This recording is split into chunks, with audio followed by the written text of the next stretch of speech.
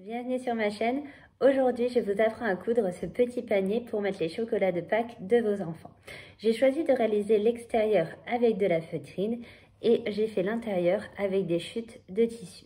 Il est de forme ovale, plus facile à coudre que le rond, mais qui lui donne une petite forme assez sympa.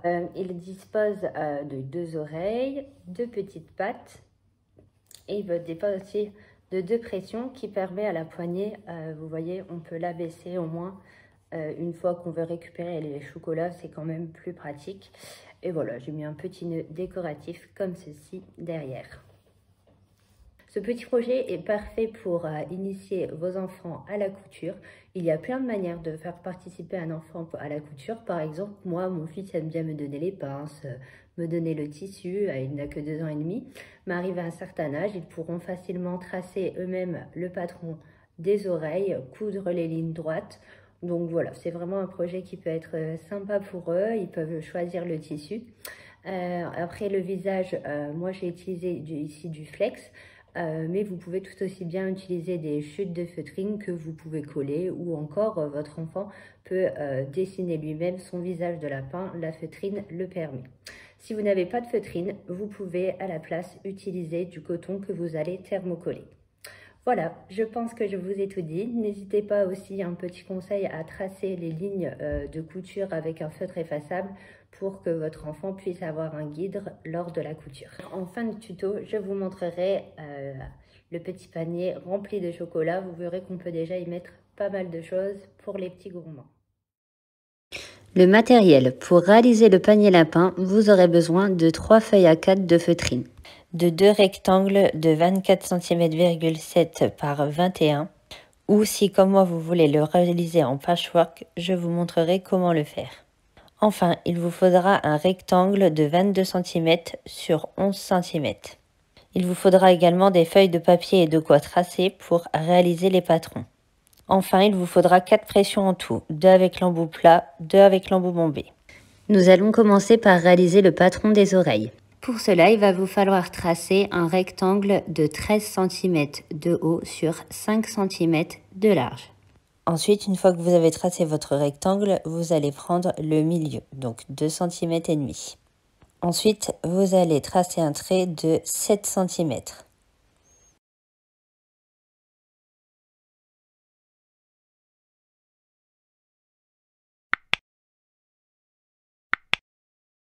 Puis, vous allez retracer un trait à nouveau juste en dessous de votre trait de 7 cm parallèle au premier trait.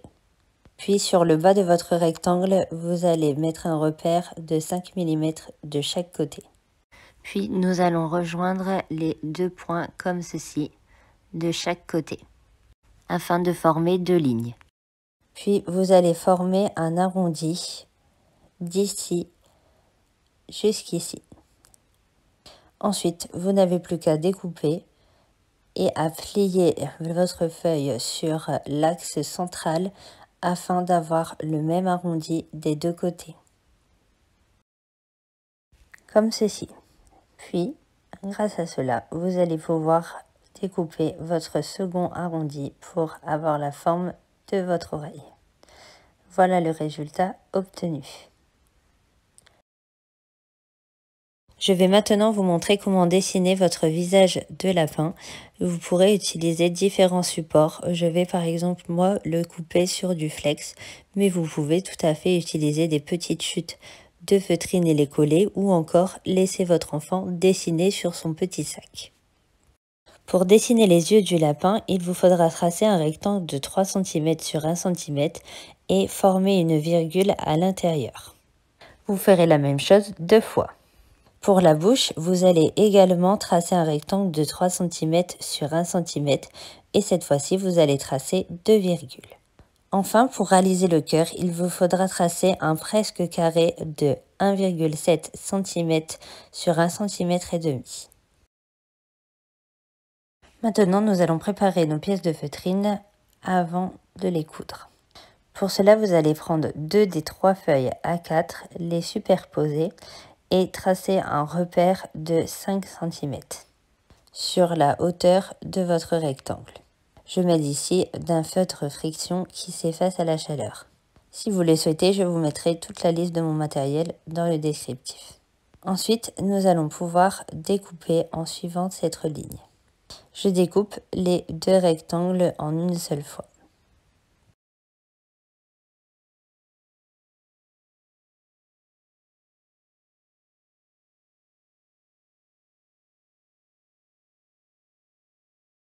Maintenant, nous allons prendre notre 3e feuille A4. Et vous allez tracer un rectangle de 11 cm de hauteur sur 22 cm. Ensuite, vous allez marquer le centre, donc 11 cm, sur le haut et le bas de votre rectangle pour former une ligne parallèle sur le centre.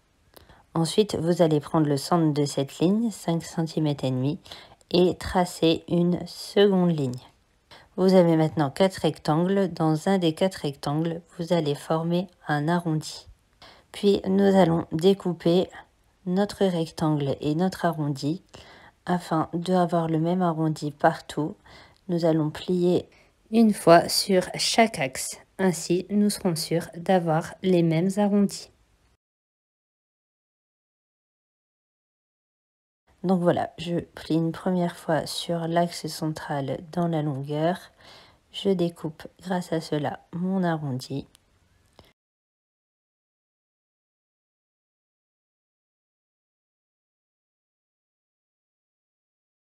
Puis je plie sur l'axe de la largeur.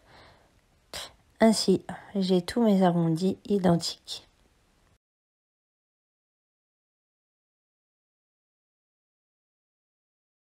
Donc voilà le résultat. Grâce à cela, nous allons pouvoir couper exactement la même forme dans notre tissu doublure. Pour rappel, si vous n'avez pas de feutrine, vous allez simplement thermocoller des morceaux de coton pour avoir la même rigidité que la feutrine. Donc j'en repasse les contours, puis je vais découper.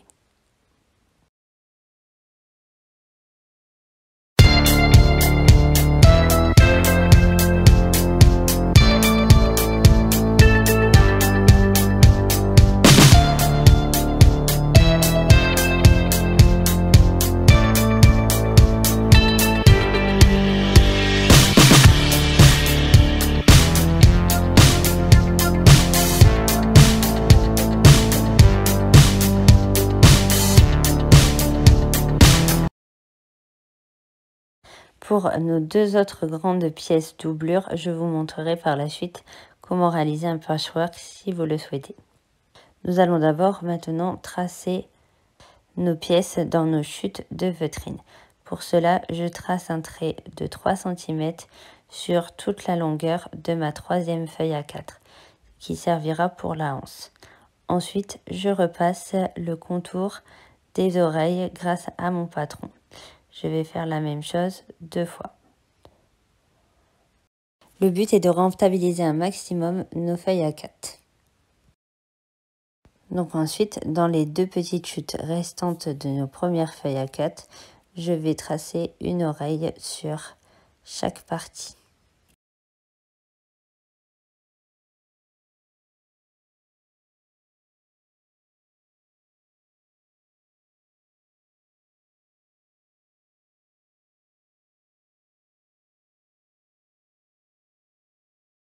Et enfin, il ne nous restera plus qu'à former les 2 petites pattes du lapin dans notre rectangle restant. Nous avons donc le reste, un rectangle de 11 cm sur 7,9. Je vais marquer le milieu, tracer un trait et ensuite former un arrondi sur le bas pour former la patte de mon lapin. Vous pouvez vous aider d'un petit objet rond si vous le souhaitez. Et je vais faire exactement la même chose de l'autre côté et j'aurai mes 2 petites pattes de lapin. Je vais m'aider de la première patte pour avoir exactement le même arrondi sur la 2e patte.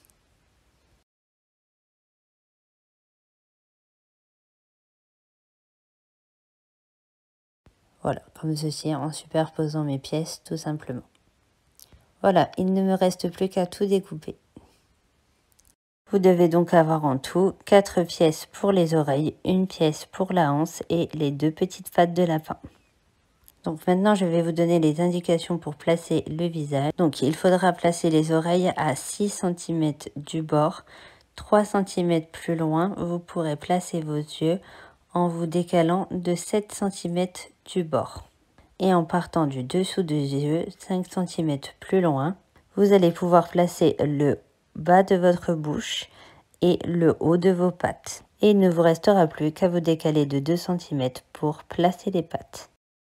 Donc si vous voulez comme moi réaliser un patchwork pour utiliser vos chutes, voilà comment nous allons procéder. Nous allons former 2 morceaux de la même dimension que nos feutrines, donc 24,7 cm sur 21 cm. Je décide de réaliser 4 bandes de patchwork.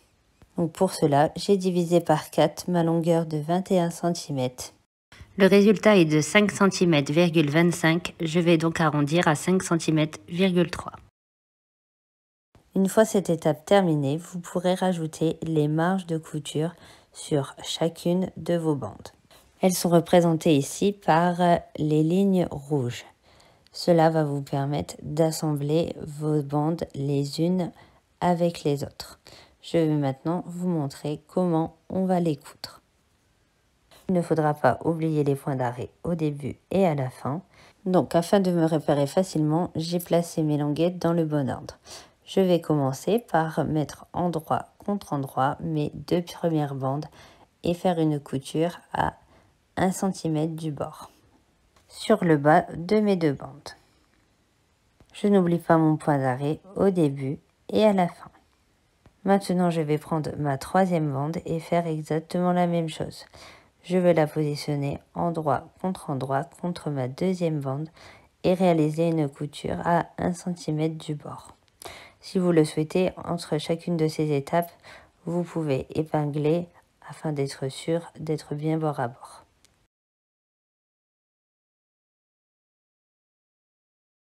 Et voilà, je répète exactement les mêmes étapes. Je vais coudre à 1 cm du bord. Et je continuerai comme ça jusqu'à la fin.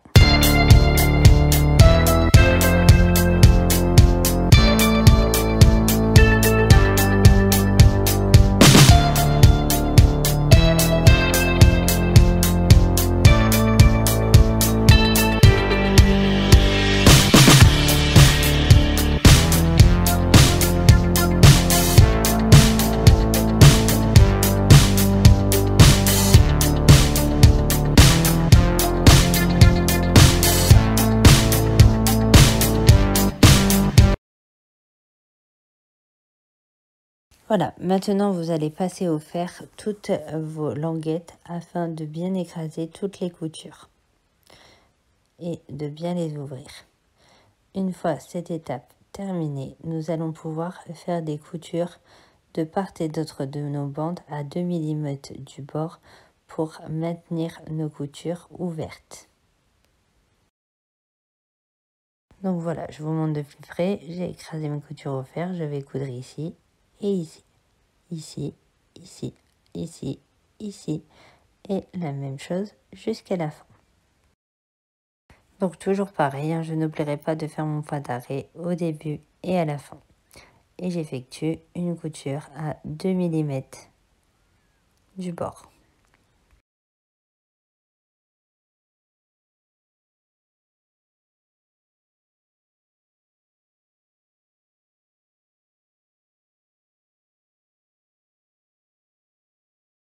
Donc voilà le résultat obtenu. Je vous montre de plus près. Vous voyez, j'ai fait une couture à 2 mm du bord de part et d'autre.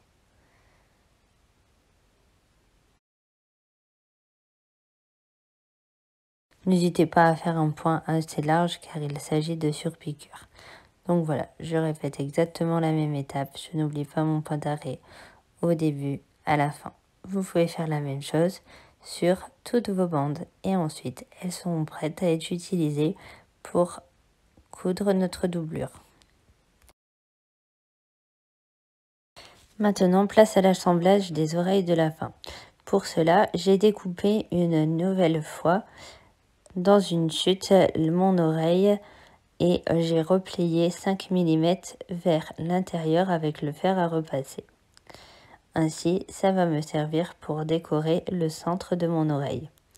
Ensuite, j'épingle soigneusement tout le tour et je ferai une couture à 2 mm du bord pour maintenir cette décoration.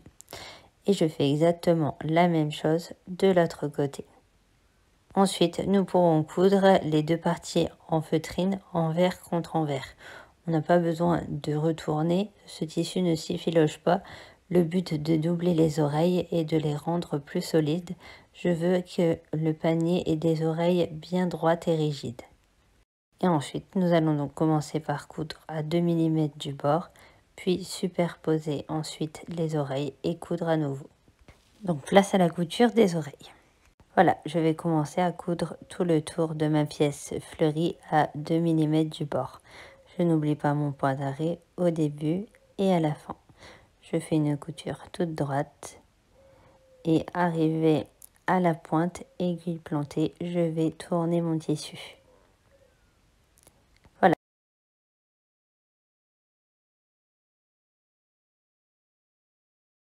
Et je vais pouvoir finir ma couture toute droite. Je n'oublierai pas mon point d'arrêt. Juste à la fin, j'enlève mes aiguilles au fur et à mesure, délicatement, et j'appuie avec mes doigts pour maintenir mes ourlets en place. Et voilà, vous n'avez plus qu'à faire exactement la même chose pour l'autre oreille. J'ai cousu tout le tour. Ensuite, je vais pouvoir superposer envers contre envers mon autre partie d'oreille et coudre à nouveau sur tout le tour à 2 mm du bord. Même procédé, je n'oublie pas mon point d'arrêt au début et à la fin.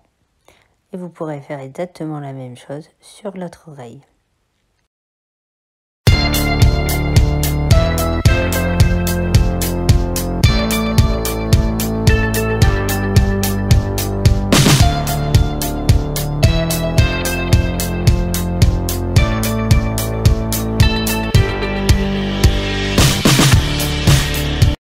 Donc voilà, vous n'oublierez pas de couper tous vos petits fils qui dépassent. Donc comme vous le voulez le voir, j'ai fait une première couture à 2 mm et une seconde à 2 mm. Si vous avez un surplus de feutrine suite à la découpe de vos oreilles, vous pouvez recouper. Maintenant, nous allons pouvoir placer et coudre nos petites pattes.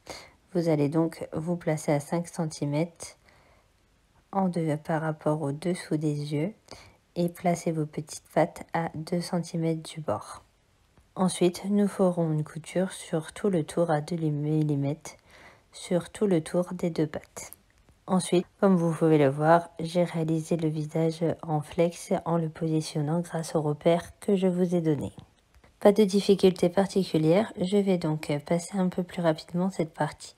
Donc, je couds à 2 mm du bord sur tout le tour et je tourne progressivement pour former mon arrondi. Vous pouvez, si nécessaire, lever le pied de biche pour vous aider. Et ensuite, je ne fais pas de point d'arrêt, mais je fais en sorte de recroiser mon premier point pour être sûr d'avoir fait tout le tour de ma patte et que mes coutures soient bien fermées. Je fais exactement la même chose sur l'autre patte.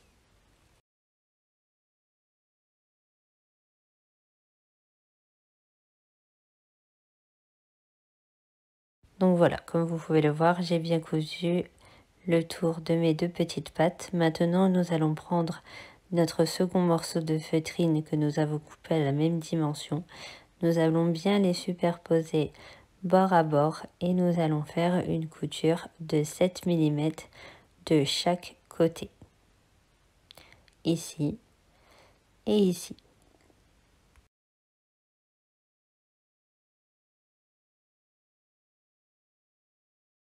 Voilà, j'ai épinglé et maintenant je n'oublie pas mon point d'arrêt au début et à la fin et je fais une couture toute droite à 7 mm du bord. Je ferai exactement la même chose de l'autre côté.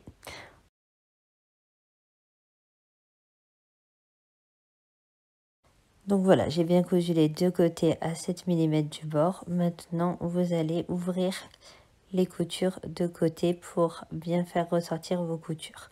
Je le fais ici à la main, mais je vous conseille de le faire au fer à repasser. Une fois cette étape terminée, nous allons pouvoir placer notre fond. Pour cela, vous ferez bien attention au sens de vos motifs. Voilà, je commence par épingler les côtés. Je fais bien attention de bien écarter mes marges de couture et je mets des pinces. Ensuite, je ferai la même chose en prenant le milieu.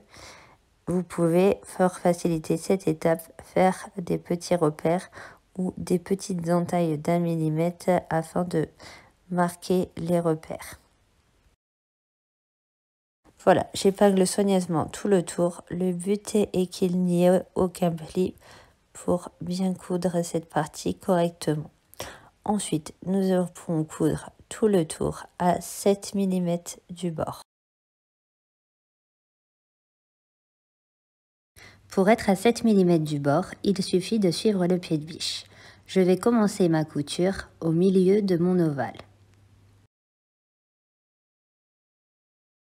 On ne fait pas de point d'arrêt, il suffira de recroiser notre premier point pour en avoir fait tout le tour. Vous allez bien écraser au fur et à mesure votre ouvrage pour vous aider à avancer. Arrivé à la pointe, vous allez lever le pied de biche, laisser l'aiguille plantée et tourner votre ouvrage et rabattre les épaisseurs de l'autre côté, comme ceci. Puis vous allez continuer la couture toute droite et vous ferez exactement la même chose de l'autre côté. Nous allons prendre ensuite notre ouvrage, laisser l'aiguille plantée, lever le pied de biche et tourner notre ouvrage. Et voilà, à la fin, il suffira de recroiser le premier point pour être sûr d'en avoir fait tout le tour. Il y a de l'épaisseur, pour faciliter, vous pouvez allonger votre point.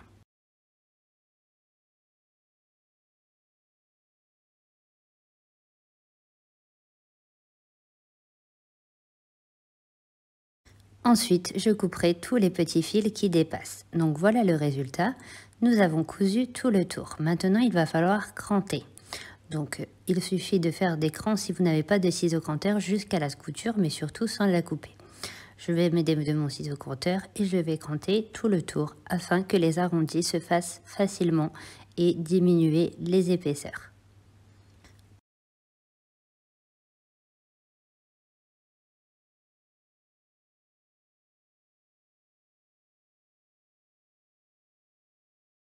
Voilà, une fois que j'ai fini de cranter, je vais pouvoir retourner mon ouvrage et en faire ressortir correctement les angles.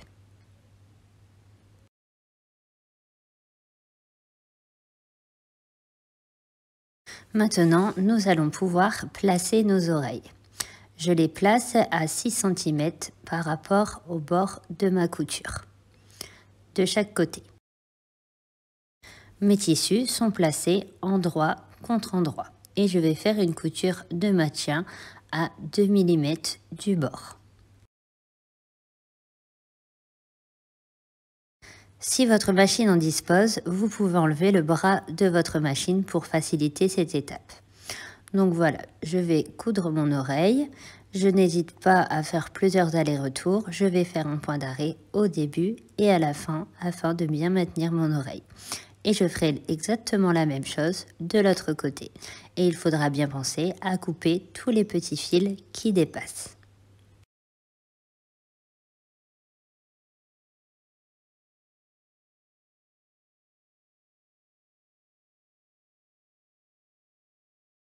Voilà le résultat obtenu. J'ai cousu à 2 mm du bord. Maintenant, nous allons répéter exactement les mêmes étapes que nous avons pu le faire avec la feutrine. Nous allons assembler les deux côtés, endroit contre endroit, de notre tissu doublure.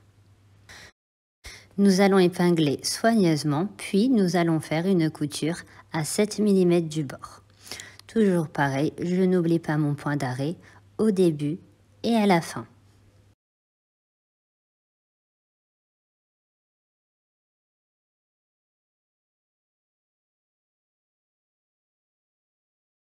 Un petit conseil, en début de couture, pensez à tirer bien vos fils en arrière pour ne pas faire de nœud en début de couture. Et ça évite aussi de ne pas désenfiler. Maintenant, je coupe mes fils et je vais faire exactement la même chose de l'autre côté. Une couture droite et je n'oublie pas mon point d'arrêt au début et à la fin.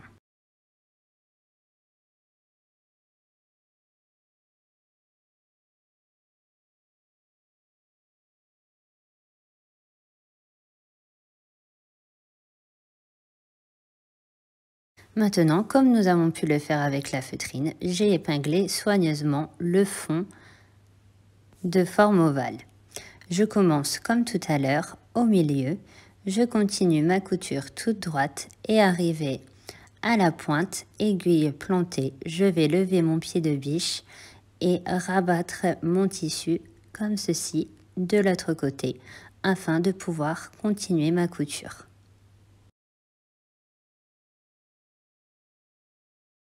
Et toujours pareil, on n'hésite pas à aplatir et on vérifie bien par-dessous que l'on prend bien les deux épaisseurs de tissu et que tous nos tissus sont restés bien en place.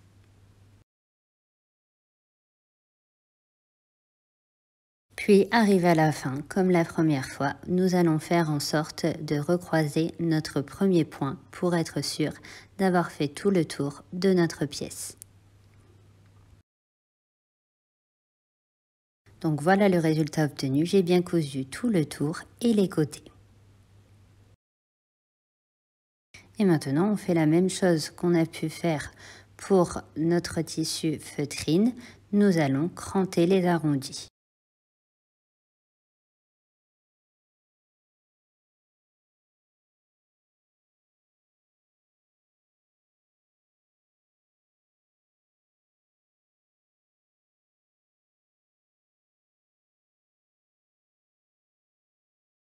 Et on n'oublie pas à chaque fois au fur et à mesure de bien couper tous les petits fils qui dépassent.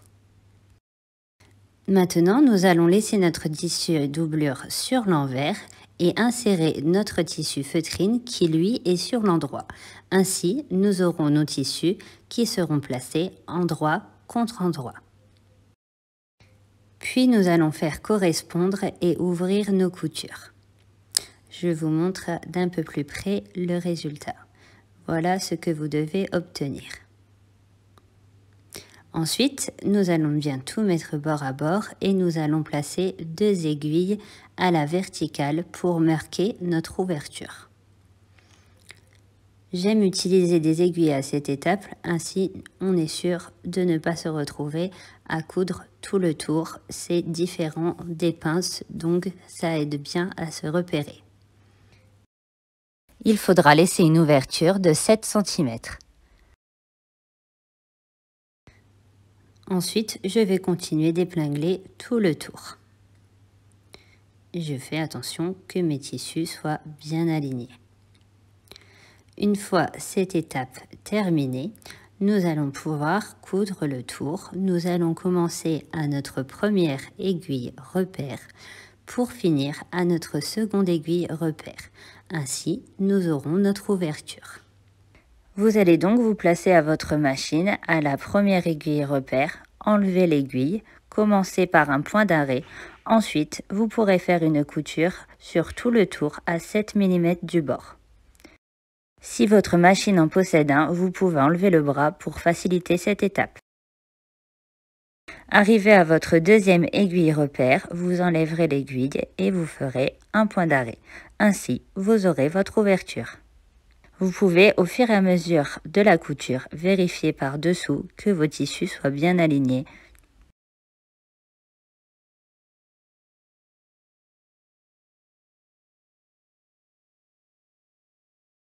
Donc voilà, j'ai bien cousu sur tout le tour. Maintenant, nous allons pouvoir retourner notre ouvrage par notre ouverture.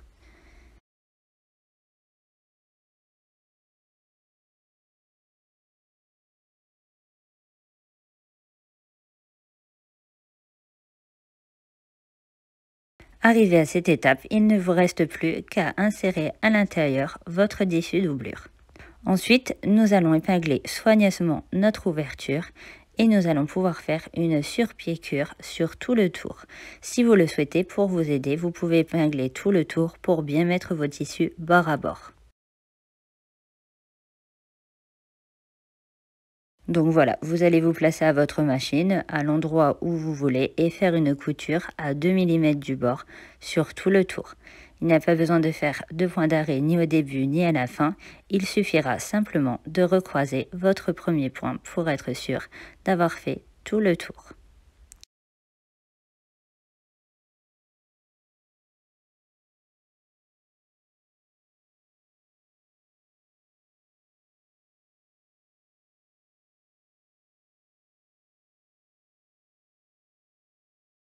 Donc voilà, j'ai bien cousu tout le tour à 2 mm du bord. Maintenant, je n'ai plus qu'à couper mes petits fils.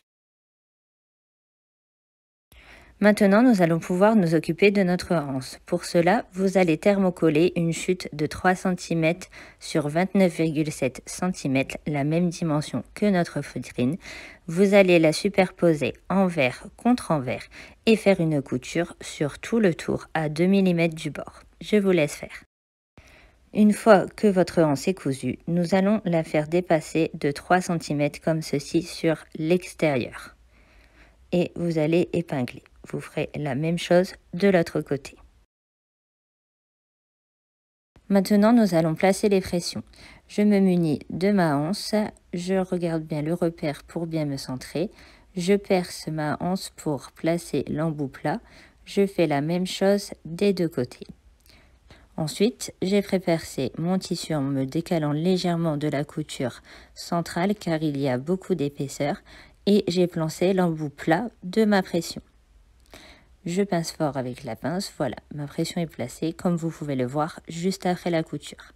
Je fais exactement la même chose de l'autre côté. Je place le second embout plat. Maintenant, il ne me reste plus qu'à placer l'embout bombé sur ma anse. J'ai choisi de mettre le tissu décoratif vers l'intérieur de la anse, mais libre à vous de le mettre sur l'extérieur. Et voilà, notre anse est posée. Place à la customisation finale. Pour cela, je vous propose de réaliser un ruban. Vous allez commencer par replier 1 cm vers l'intérieur, puis replier 2 fois 1 cm et rabattre une nouvelle fois. Ainsi, vous allez former un biais. Pour faire ce ruban, j'ai utilisé une chute de 4 cm sur 50 cm. Donc, je vous remontre, je rabats 1 cm, 1 cm, puis je rabats une nouvelle fois. Ainsi, mon ruban est formé. Il va maintenant vous falloir épingler comme ceci au fur et à mesure et faire ça sur toute la longueur. Arrivé à la fin de la bande, n'oubliez pas de replier 1 cm vers l'intérieur afin d'avoir un bord propre. Ensuite, vous pourrez coudre les deux petits côtés, puis tout le long à 2 mm du bord et vous aurez votre ruban.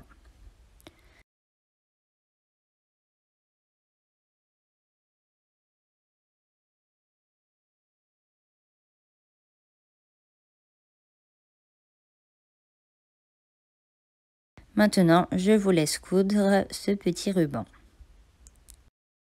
Ensuite, grâce à ce ruban, vous allez former un joli nœud et 7 cm à partir du bas, nous allons placer ce nœud et faire une couture à la main pour le maintenir. Je passe par-dessous en prenant uniquement mon épaisseur de feutrine et le centre de mon ruban en passant uniquement sur le dessous. Ainsi, on ne verra pas mon fil, il sera caché. Et je vais faire 2-3 allers-retours pour fixer mon ruban. Ensuite, je n'aurai plus qu'à faire un petit nœud. Puis je vais tourner mon petit panier et reproduire exactement la même chose sur le haut du ruban.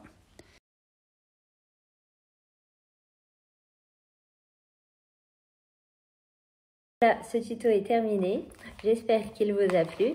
Donc comme vous pouvez le voir, il y a déjà pas mal de chocolat à l'intérieur alors qu'il n'est même pas rempli. Donc bon, la contenance est parfaite même pour les plus gourmands. Hop. Donc j'en profite pour vous dire, si vous avez aimé la vidéo, n'hésitez pas à me mettre un petit pouce, ça fait toujours plaisir. à vous abonner si ce n'est pas encore fait et à appuyer sur la cloche pour être averti des prochains tutos.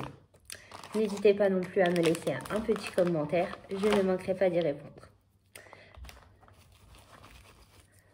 Voilà, donc il y a de quoi mettre plein de petits chocolats. Bon, j'en prends un, on ne dit pas. Ne faites pas la même chose que moi, il ne faut pas voler ses enfants. À bientôt.